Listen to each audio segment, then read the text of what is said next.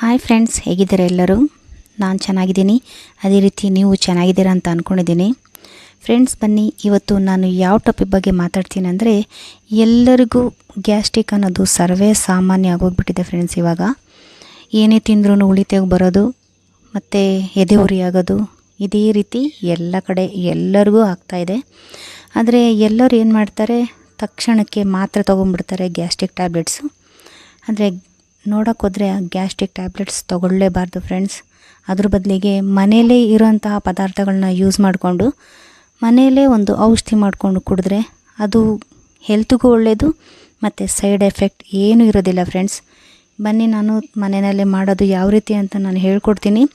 5 ನಿಮಿಷ ಸಾಕು ಫ್ರೆಂಡ್ಸ್ ಅದು ಮಾಡೋದಕ್ಕೆ. 5 ನಿಮಿಷದಲ್ಲಿ ಮಾಡಿ ಕುಡಿಬೋದು. ಅದಕ್ಕೆ ಹೆಚ್ಚಿಗೆ ಏನು ಬೇಡ, ಮನೇಲೇ ಇರೋಂಥ ಒಂದೇ ಒಂದು ಸಾಮಗ್ರಿ, ಒಂದೇ ಒಂದು ಮನೆ ವಸ್ತು ತಗೊಂಡು ಅದರಲ್ಲೇ ನಾವು ಮಾಡಿ 5 ನಿಮಿಷದಲ್ಲಿ ನಮಗೆ ಯಾವುದೇ ಥರದ ಉಳಿತೆಗೂ ಗ್ಯಾಸ್ಟ್ರಿಕ್ ಬೇಗನೆ ಕಡಿಮೆ ಮಾಡ್ಕೊಬೋದು. ಬನ್ನಿ ಫ್ರೆಂಡ್ಸ್, ಅದಕ್ಕೆ ಏನು ಬೇಕು ಅನ್ನೋದನ್ನ ನಾನು ಹೇಳ್ತೀನಿ. ಫ್ರೆಂಡ್ಸ್, ನಮಗೆ ಏನು ಬೇಕು ಅಂದರೆ ಜೀರಿಗೆ, ಅದು ಮನೇಲಿ ಇದ್ದೇ ಇರುತ್ತೆ, ಎಲ್ಲರ ಮನೇಲಿ ಇರುತ್ತೆ. ಆ ಜೀರಿಗೆನ ಅದನ್ನು ಸ್ವಲ್ಪ ಹುರ್ಕೊಂಡು ಪುಡಿ ಮಾಡ್ಕೋಬೇಕು ಫ್ರೆಂಡ್ಸ್. ಇದೇ ರೀತಿ ನೈಸ್ಗೆ ಪುಡಿ ಮಾಡಿಕೊಂಡು ಒಂದು ಗ್ಲಾಸಲ್ಲಿ ನೀರು ತೊಗೊಂಡ್ರೆ ಸಾಕು. ಅದು ಬೆಚ್ಚಗೆ ಅಂದರೆ ಬಿಸಿ ಬಿಸಿಯಾಗಿರಬೇಕು, ಕುದಿಯೋ ನೀರು ತೊಗೋಬೇಕು. ತಣ್ಣಗಿದ್ರೆ ಅಷ್ಟೊಂದು ಎಫೆಕ್ಟ್ ಇರೋದಿಲ್ಲ. ಹಾಗಾಗಿ ಬಿಸಿ ಇರಬೇಕು. ಚೆನ್ನಾಗಿ ಕುದಿಸಿ ಕುದಿಯೋ ನೀರನ್ನೇ ಆ ಗ್ಲಾಸಿಗೆ ಹಾಕ್ಕೊಳ್ಳಿ ಫ್ರೆಂಡ್ಸ್. ಅರ್ಧದಷ್ಟು ಸಾಕು ಫ್ರೆಂಡ್ಸ್, ಜಾಸ್ತಿ ಏನು ಬೇಡ.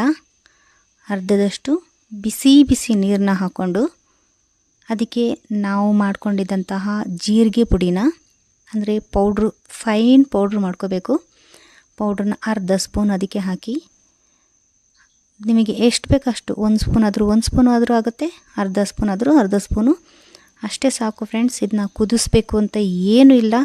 ಬಿಸಿ ನೀರಿಗೆ ಹಾಕ್ಕೊಂಡು ಆ ಪುಡಿನ ಡೈರೆಕ್ಟಾಗಿ ಹಾಗೆ ಕುಡಿಬೇಕು.